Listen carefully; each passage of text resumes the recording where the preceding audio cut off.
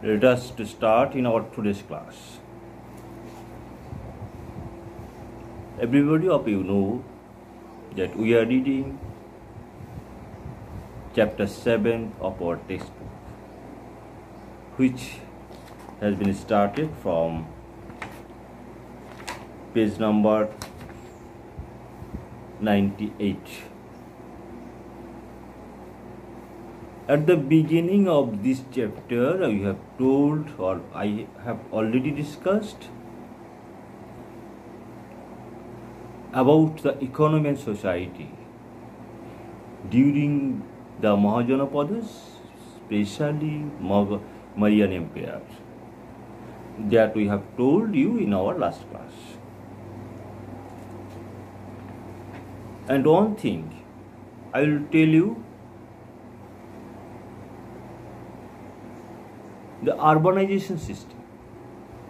The urbanization system had been started during the Harappan civilization. When we read the Indus Valley civilization, where we found so many informations about the Harappan civilization, that already have been proved that Indus Valley civilization was an urban civilization. So, in this context, and after study of our contemporary history of Indian subcontinent, particularly our ancient history, the first urbanization was started during the Indus Valley civilization. That already we have read, and already from myself I have told you in our many early class, when we read the Indus Valley civilization. Not only that, in the chapter, what was the social and economic condition? What was the social and economic condition during the Mauryan Empire? That I have told you in our early class. Not society only, but also economy. And you know, Indian economy till now is based on agriculture. This tradition of agricultural activities has been started from previous and till now it is existed in India. You know, maximum people of Indian Union is based on agricultural activities. So, in our Mauryan age, what was the agricultural system or irrigation system? That I have told you in our last class. According to Megasthenes, you know all about the Megasthenes, who had come from outside of India, and most probably, as per Historian records, he came to India during the Mauryan age, and he had explained briefly about the socio-economic conditions of Mauryan period. And you know, when we read in our previous chapter, we have told what was the socio-economic condition during Mauryan age according to Megasthenes. And Megasthenes already have been discussed about the Mauryan age in his writings that is known as Indica. Everybody is familiar to this book. Now, we have to learn about the Kushana age. One thing I will tell you to remember, one thing, In our ancient period, social and economic conditions was no so many differences in maximum field of such type of activities. There were so many similarities within Mauryan age or Kushana age or Satavahana age and etc. Even already of Gupta period also.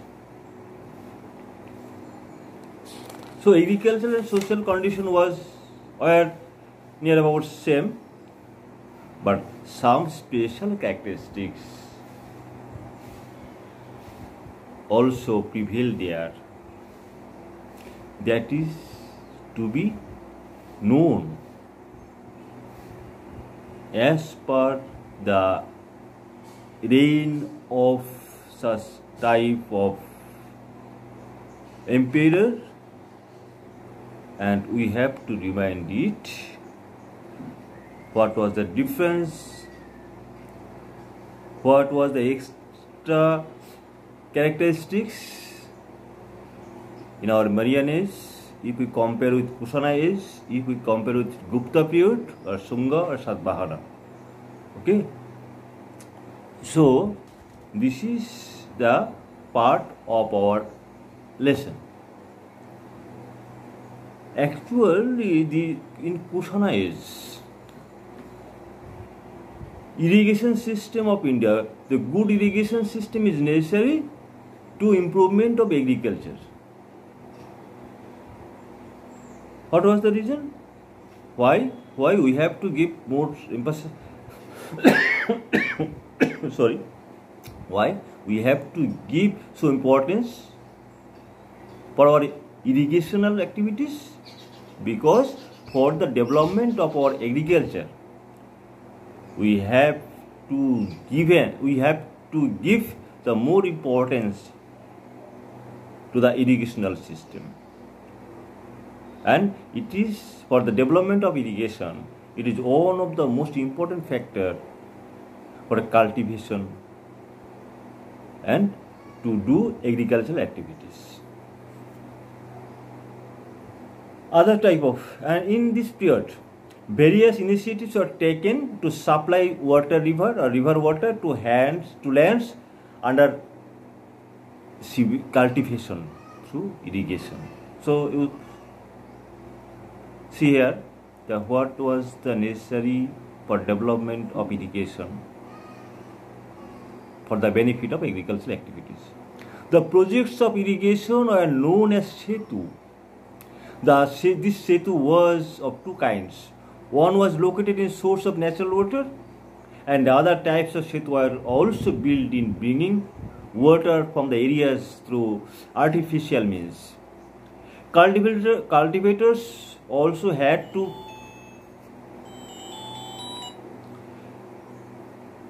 pay revenue for using water of Setu. Wealthy people also took personal initiative to build irrigation system. It was everything.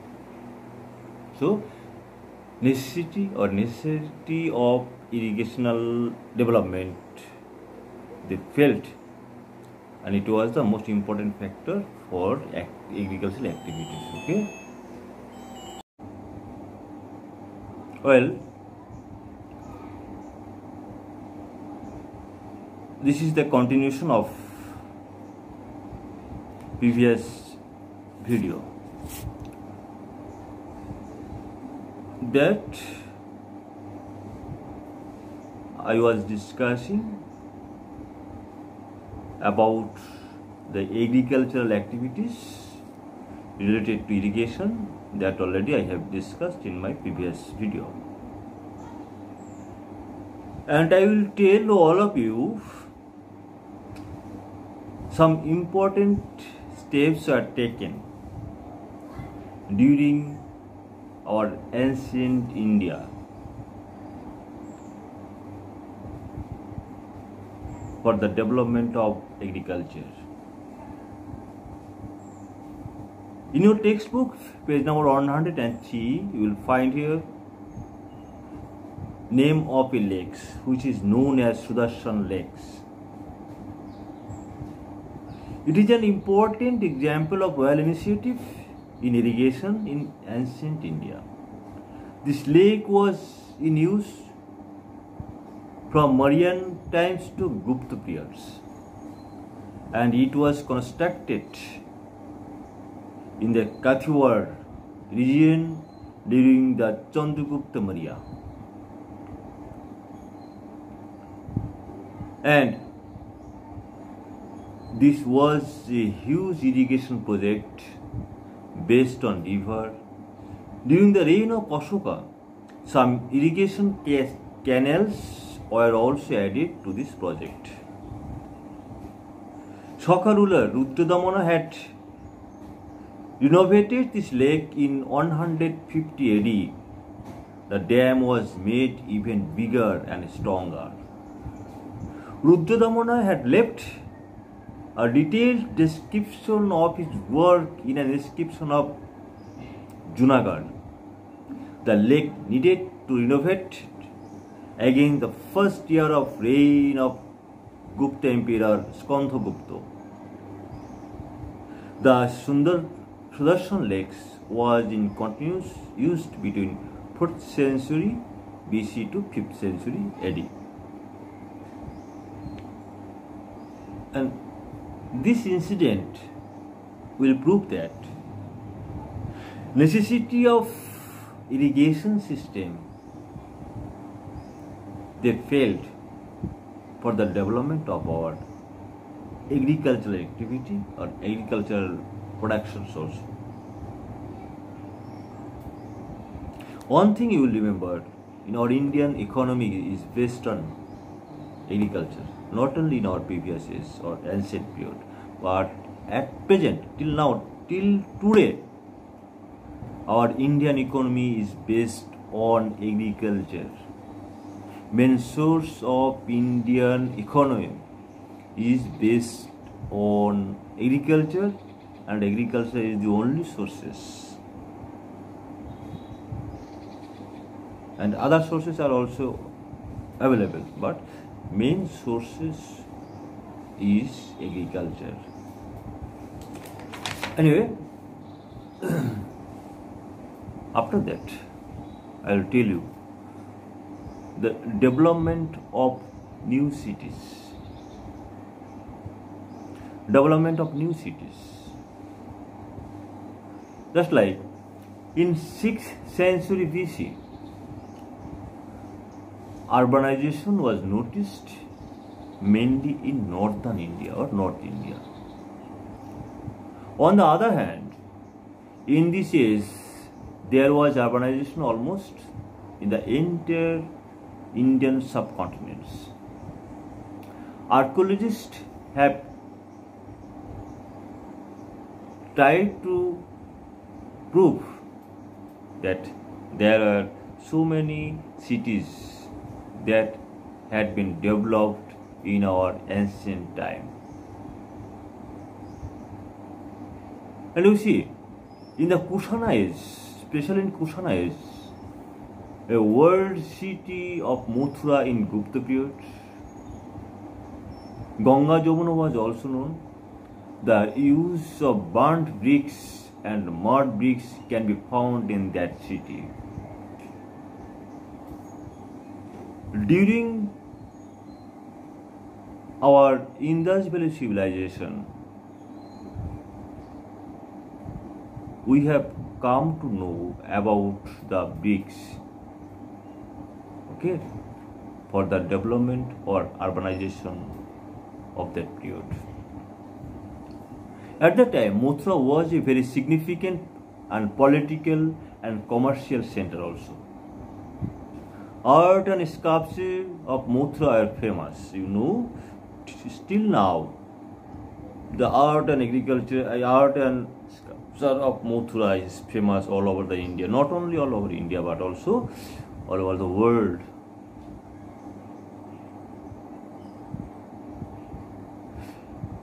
And you know, at present time, not only Mathura, but also in India, particularly in West Bengal. You know, the Chandraketur God, Tamralipto,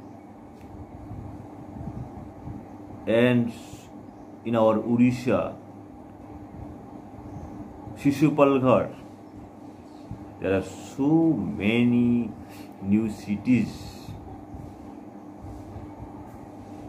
or main places were built and developed, and cities were placed in that place. New cities had emerged in contemporary South India also. Kaviripattinam on the delta of river Kaveri was a well-known port city. And one thing you will remember,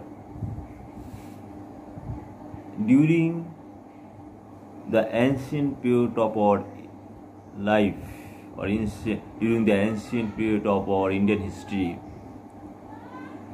the gradual development or a continuous development had been occurred. Not only in Mauryan Empire, not only in Gupta period, not only in Satavahana or Shunga period,